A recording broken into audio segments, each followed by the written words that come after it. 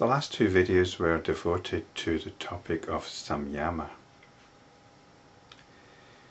It's very important to get a handle on what is meant by samyama because most of book 3 depends on it. And if you're still interested in developing supernormal powers, then you really have to know about samyama, because this is the technique by which you develop supernormal powers according to traditional understanding. So you really need to look into what's meant by samyama, and if you haven't watched the previous two videos, then I urge you to do so. Samyama can be understood as our enlightenment practice. It's coming back to that fundamental insight into our true nature, the true nature of the world, and the essential nature of awareness. So it's enlightenment practice. This is yoga. This is samadhi. Yoga is about becoming established in samadhi. And samyama is when that process becomes more predominant in our lives.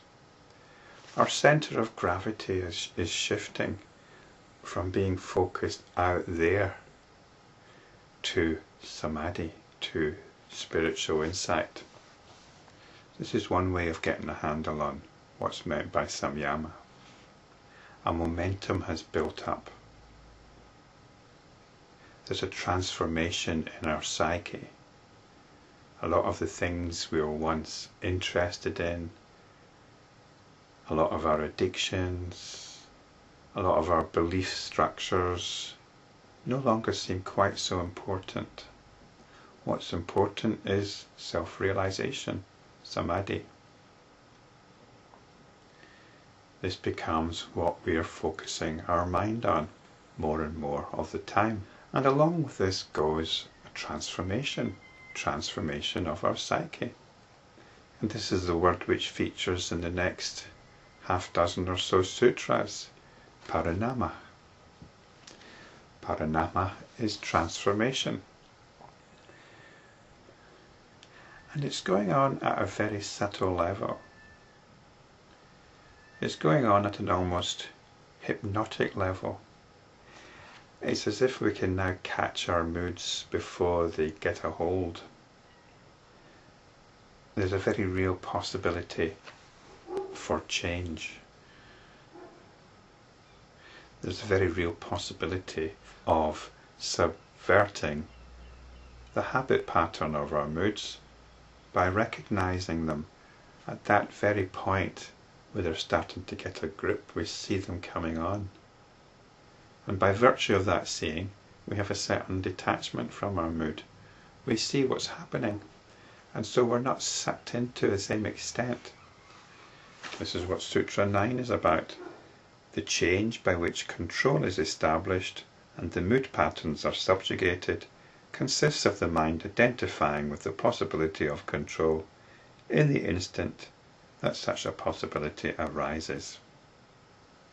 So we've got to be careful about this word control. What we're talking about here isn't so much control as freedom from being controlled. Normally, we're victims of our mind. We are victims of our moods. The tone of our being is sucked into those moods. But once our spiritual practice, our yoga, has reached a certain stage, the hold of these moods becomes less, the pull of these moods becomes less. And that very subtle point at which the mood starts kicking in can be identified. And this gives us our freedom.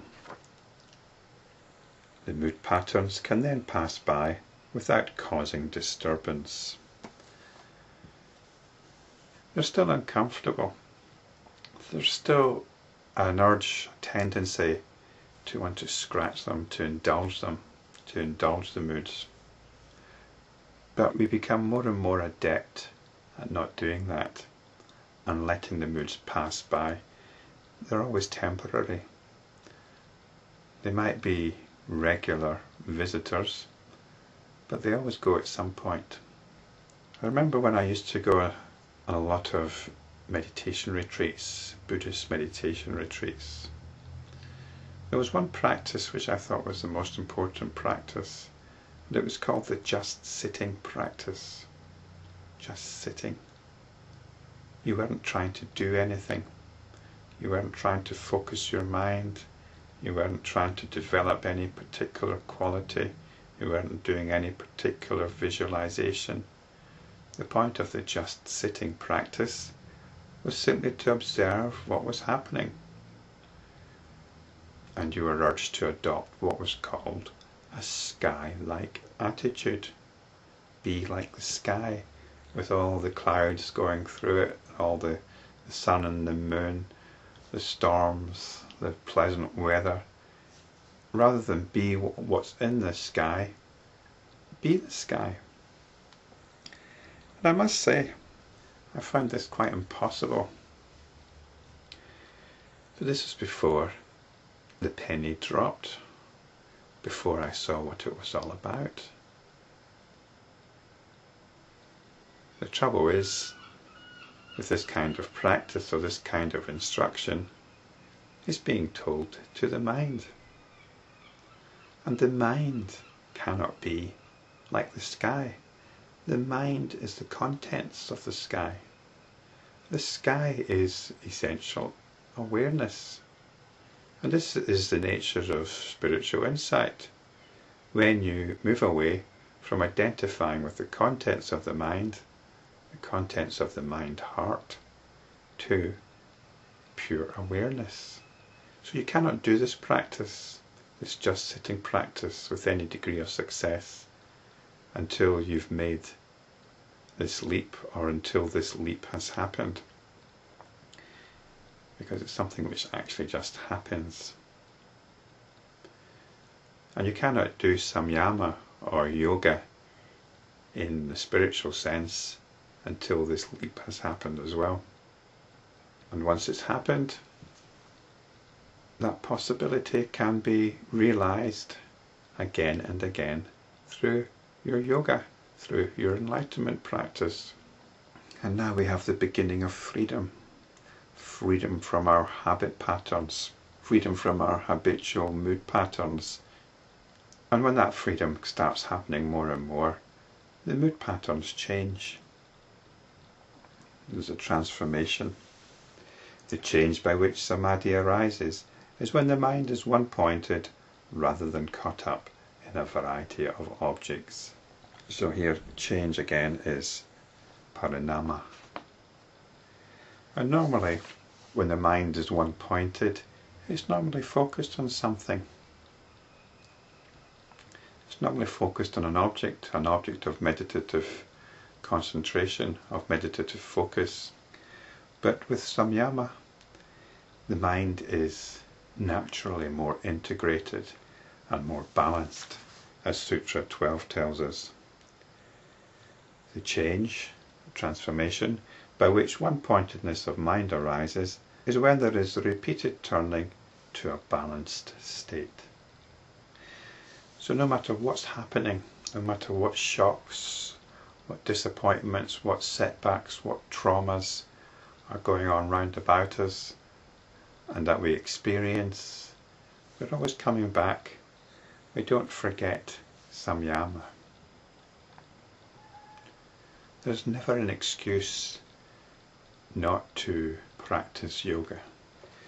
In this way, changes in cognized reality as it appears and as it is experienced can be understood appropriately. So what we've got is, we've got our apparent perceptions and we've got a whole emotional relationship with these perceptions. This is the basis of samsara. But now we can step outside of this and we can understand it appropriately in the sense that we're now established in samyama. The mind is focused on our own awareness, on our own sense of being. We're not worried about what people are thinking about us, what people's judgment of us is. whatever our material circumstances. We're getting on with whatever challenges they present without letting them affect our own sense of being. So we're understanding everything from the perspective of our enlightenment practice. That which underpins the subsequent reality is a manifested, ineffable peace. So whatever experience, whatever comes our way, we can still be centered in this ineffable peace. It's the peace of samyama, which consists of sustained focus in the essential nature of our own awareness. That awareness is uncoloured. It's not susceptible to turbulence. The mind is turbulent. Awareness is peaceful.